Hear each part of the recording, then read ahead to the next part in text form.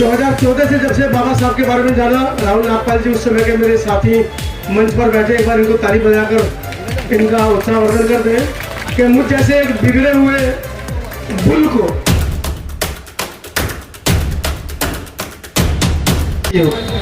हमारा एक ही जवाब था कि हम अम्बेडकरवादी हैं बेटा। जहां बाबा साहब की फोटो, मानव काशीराम साहब की फोटो जिस पोस्ट पर दिख जाती है, वहां हम बिना बुलाए चले जाते हैं। बातों को बड़े कान लगाकर सुन रहा है और अपनी एलआईयू की टीम यहाँ पर छोड़ रखी है। तो मैं तो यहाँ आज इस मंच से अपील भी करूंगा कि अरे दुष्टों, अरे बेरहमों, चौथे दिन वो पूरे यहाँ पर है। ये प्रक्रिया मैं भी करता हूँ, मैं भी हर दूसरे तीसरे दिन यहाँ आ जाता हूँ। हालांकि मेरा लालच होता है कि मैं ऋतु को मैं दिखाऊंगा तो मेरे सब्सक्राइबर बढ़ जाएंगे। टीम विनय रतन जी के साथ यहाँ पर आई है, तो हम ऐसा भी यहाँ से मैसेज ना दें कि कुछ मैसेज नेगलेक्ट जाए, कोई मैसेज गलत मिल जाए।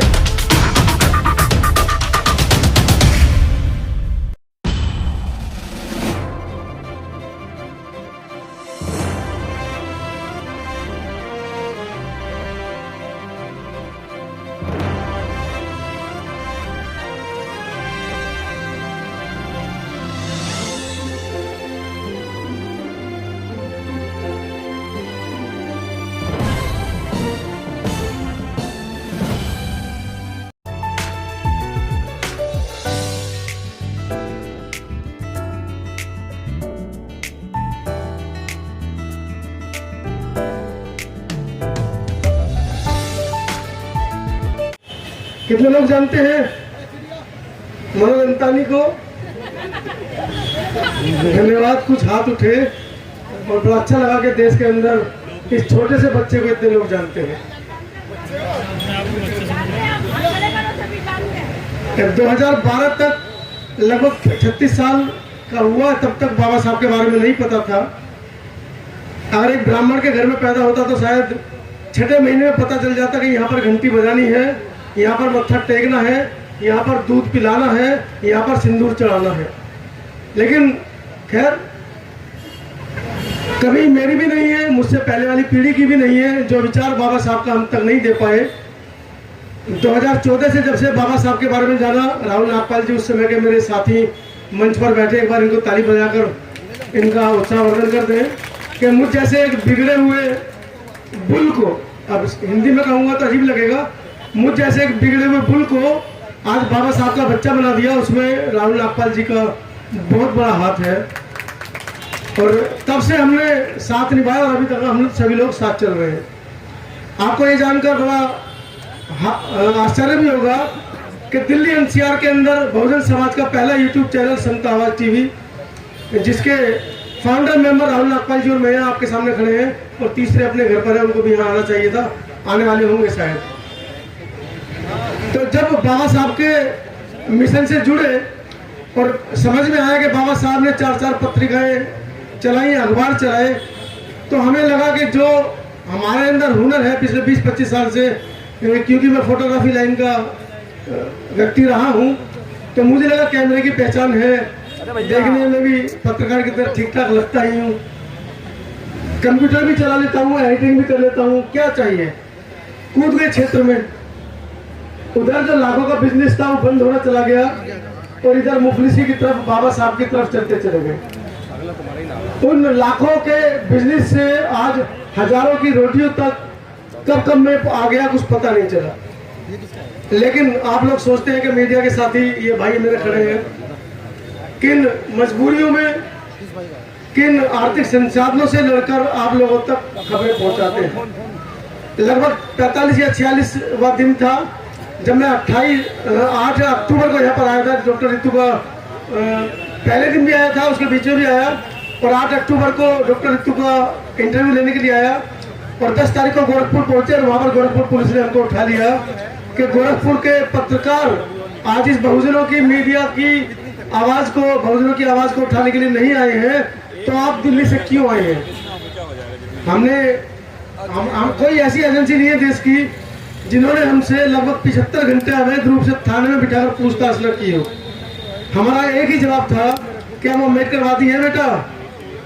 जहां बाबा साहब की फोटो, माननीय काशीराम साहब की फोटो जिस पोस्ट पर दिख जाती है, वहां हम बिना बुलाए चले जाते हैं। तो आखिरकार उनका यही सवाल था कि आप आए क्यों? उन्होंने बहुत खुलकर पूछा, बहुत उन्होंने बताया विस्तार से। हमारी बहन नीलम मोदी ने भी थोड़ी देर पहले आपको बता ही दिया था कि हम लोगों के साथ क्या क्या हुआ, किस तरीके से हम लोगों को थाने में रखा गया। मैं उस और दोबारा पुनः प्रचार में नहीं जाऊंगा। अभी ओझा जी कह रहे थे कि मैं चूंकि ब्राह्मण समाज से पैदा हुआ हूं तो मुझे मनवादी कह दिया जाता है।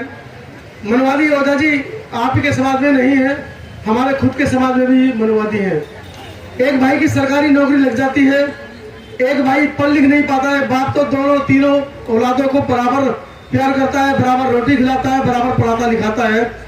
एक बेटा आईएएस ऑफिसर बन जाता है, दूसरा बेटा रिक्शा चलाता रह जाता है। और जब वो रिक्शा चलाने वाला ये सोचता है आगे चलकर कि मेरा भाई आईएएस आईपीएस बन गया है और मेरी तरफ ध्यान नहीं दे रहा है, तो कहीं ना कहीं उसके अंदर भी, उसके मन में भी खटास पैदा होती है, वो भी मनवादी बन जाता है। तो मनवादी हमारा ब्राह्मण समाज नहीं है, मनवादी हमारे बहुजन समाज में भी है। ये बात हमें खुद को सोचनी होगी कि जिस मनवाद से हम लड़ रहे हैं, पहले उस मनवाद को अपने परिवार से, अपने दोस्तों से, अपने भाइयों से खत्म करें। यहाँ पर मैं एक बात और कहना चाहूंगा कि जितने भी साथियां बैठे वो सब गांव की पृष्ठभूमि से हैं। किसी के दादा गांव से यहाँ पर आकर बसे हैं, किसी के चाचा आकर बसे हैं, किसी के पापा आकर बसे हैं। तो आप लोग शहर में आकर सक्षम हो गए हैं और इस लायक हो गए हैं कि आप आर्थिक संसाधन पे बैक टू सोसाइटी कर सकते हैं। अगर आप किसी संगठन को पे बैक टू सोसाइटी नहीं करना चाहते हैं, आप चाहते हैं कि आपका पैसा किसी ऐसी जगह पर लगे जो आपको दिखाई भी दे, तो क्यों ना आप ऐसा करते हैं कि अपने गांव में रहने वाले अपने भाई का, जो वहाँ पर खेती कर रहा है, मजदूरी कर रहा है, उसके एक बेटे को गोद ले और अपने साथ शहर में रखें और उस पे बैक टू सोसाइटी के अंदर उस बच्चे को पढ़ाएं लिखाएं, ताकि उस परिवार का भी भला हो, क्योंकि वो आपका अपना परिवार है। कम से कम हम एक मनवाद जो हमारे अंदर पनपा है कि मेरे पापा सरकारी नौकरी में, मेरे पापा आईएएस, मेरे पापा आईपीएस, आपका चाचा आईपीएस नहीं है, तो कम से कम आप उसके परिवार को भी आईपीएस बना सकते हैं, या अपने परिवार में उस गरीब परिवार को भी एक ऐसा अधिकारी, सरकारी अधिकारी दे सकते हैं। आप जानते हैं जब इंदिरा गांधी ने प्राइवेटाइजेशन जो राष्ट्रीयकरण किया था, उस समय लगभग 40 लाख लोग बहुजन समाज के, SC/ST के लोग सरकारी नौकरी में आए थे और वो संख्या आज घटकर 5 लाख रह गई है। 140 करोड़ की आबादी में हमारे इस देश के अंदर मात्र 5 लाख बहुजन समाज के, बहुजन समाज भी कौन, अनुसूचित जाति के लोग सरकारी नौकरी में हैं। क्या कोई इस आंकड़े को सोच सकता है कि 140 करोड़ की जनसंख्या में अनुसूचित जाति के आज 5 लाख सरकारी कर्मचारी रह गए हैं, और आने वाले 2-3 साल में जब वो रिटायर होंगे तो संख्या घट के 2 लाख 2.5 लाख रह जाएगी। तो आप सोचिए, जो गाल चढ़ गए हैं, जो कपड़े पहनने को अच्छे मिल गए हैं, और जो ताला प्रोफेसर रितु को मिलता है कि अनुसूचित जाति की लगती नहीं हो, आने वाले 10 साल बाद आप पुनः अनुसूचित जाति के लगने लगेंगे, क्योंकि गाल जो फूले हैं वो पिचक्कर छोटे हो जाएंगे। ये जो तोंद निकल आई है ये कमर से लग जाएगी, क्योंकि जो मलाई सरकारी नौकरी की वजह से आप लोगों को मिली है, परिवारों को मिली और मिलनी बंद हो जाएगी। तो उसके लिए अगर आज आपने लड़ाई नहीं लड़ी तो फिर कब लड़ेंगे? आज का दिन बड़ा विशेष है, बड़ा महत्व है, क्योंकि आज 101वां दिन है, और 101 जो शब्द है वो हमारे मनुवादी समाज के अंदर बड़ा प्रसिद्ध है, शुभ माना जाता है। मैं तो आज इस मनुवादी प्रशासन से जो विश्वविद्यालय के अंदर बैठा है और हमारी बातों को बड़े कान लगाकर सुन रहा है और अपनी LIU की टीम यहाँ पर छोड़ रखी है, तो मैं तो यहाँ आज इस मंच से अपील भी करूंगा कि अरे दुष्टो, अरे बेरहमो, ज्यादा ना सही आज 101वें दिन पर सगुन समझकर अपनी बेटी को न्याय देने के लिए कम से कम एक आदमी को तो है भेजो। आज 101वां दिन है, बड़ा शुभ है आपके लिए। क्या पता हमारी बेटी बड़ा दिल करके आपको माफी कर दे। माफ करेगी या नहीं करेगी? न्याय लेकर माफ करेगी। मैं नौकरी की बात नहीं कर रहा हूं, मैं कह रहा हूं कि अपने 100 करोड़ आदमी में से 1 करोड़ आदमी को भेजो कि बेटा हम तुझे न्याय दिलाएंगे, अपने धरने को खत्म कर और चल हम तेरे साथ कोर्ट में चलते हैं। क्या एक ऐसा जिगर का टुकड़ा इन मनुवादियों की माँ ने पैदा किया है। ओझा साहब अभी कुछ कह रहे थे, मुझे बड़ा अच्छा लगा कि चलो उस परिवार से एक साथी हमारे साथ खड़ा तो है। बीच बीच में उस परिवार के और भी साथी और भी भाई हमारे यहाँ पर आते हैं, और कम से कम बाबा साहब की बात करते तो अच्छा लगता है कि कम से कम अपने उन मनुवादी साथियों पर, जैसे मैं प्रहार कर रहा हूँ अपने उन मनुवादी परिवारों पर, तो कम से कम मेरे भाई भी उन मनुवादी वकील साहब ना भाई अपने ऐसा केस कर देंगे भाई। अभी एक केस से बच गया, दूसरा केस करवा दोगे, ऐसा ना करो। खैर मैं वक्ता नहीं हूँ, आज मैं पहली बार इतना बोला हूँ, लेकिन ये रोष है जो मेरे चेहरे की मुस्कुराहट के पीछे छिपा है, और मुस्कुराकर मैं ऐसे ही ले लेता हूँ मनुवादियों की क्लास। आपको क्या लगता है कि डॉक्टर ऋतु को न्याय दिला पाने तक, जब तक उनको न्याय मिलेगा कोर्ट से, हम लोग इसी तरीके से बारी बारी से अपनी महत्वपूर्ण भूमिका यहाँ पर निभाते रहेंगे? 20 आदमी आ जाए, 20 आदमी कल आए, 100 आदमी आए आ जाए, 100 आदमी कल अपनी बीवी को भेजे, ये प्रक्रिया चलती रहेगी। और कम से कम डॉक्टर ऋतु को एहसास रहेगा कि मेरे साथ मेरे परिवार जुड़े हैं। तो आप यकीन मानिए, आज एक प्रण करके जाइए यहाँ से, अगर 100 आदमी आज यहाँ पर आए हैं तो कल घर जाकर अपने परिवार के दूसरे 100 आदमी को भेजिए, जिससे संख्या यथावत बनी रहे। तीसरे दिन फिर 100 आदमी को भेजिए, और जो आज 100 आदमी यहाँ पर आए हैं, चौथे दिन वो पूरे यहाँ पर आए। ये प्रक्रिया मैं भी करता हूँ, मैं भी हर दूसरे तीसरे दिन यहाँ आ जाता हूँ। हालांकि मेरा लालच होता है कि मैं ऋतु को मैं दिखाऊंगा तो मेरे सब्सक्राइबर बढ़ जाएंगे, कुछ यूट्यूब से पैसा आए फालतू मिल जाएगा। हालांकि मनुवादियों ने हमारे चैनल के रीच को कम किया हुआ है। जो वीडियो ऋतु की मैं प्रारंभिक रूप में शुरू में लगाता था, 1-2 लाख लोग देखते थे, आज वो 500, 1000, 2000 रह गए। तो मतलब उस ओर से भी मनुवादियों ने हमारे ऊपर प्रहार किया है कि किस तरीके से यूट्यूबर्स के पेट पे लात मारी जाए, क्योंकि इनके भी गाल थोड़े थोड़े से लाल होने शुरू हो गए हैं, सब्सक्राइबर बढ़ गए हैं, एक आय का साधन भी हो गया है। राहुल नागपाल जी कहीं से नहीं लगते कि कोरोना काल से पहले वो 1 लाख रुपए मंचों पर लेते थे कविता पढ़ने के, और आज वो 15-20 हजार रुपए की यूट्यूब की नौकरी कर रहे हैं। लेकिन उसके बावजूद चेहरा देखिए खिला हुआ है, और कहीं इनके चेहरे पर सिकन नहीं है। एक सिकन छोटी सी दिखाई देती है कि मेरी बहन एक से एक दिन से बैठी है, उसको न्याय आखिर कब मिलेगा। यही सिकन हमारे माथे पे भी है, और आपके माथे पर भी दिखनी चाहिए, आपके परिवार के लोगों पर भी दिखनी चाहिए। अभी परसों जब हम यहाँ से लाइव कर रहे थे तो ओझा जी ने एक बात कही थी कि कहाँ है हमारे दलित नेता।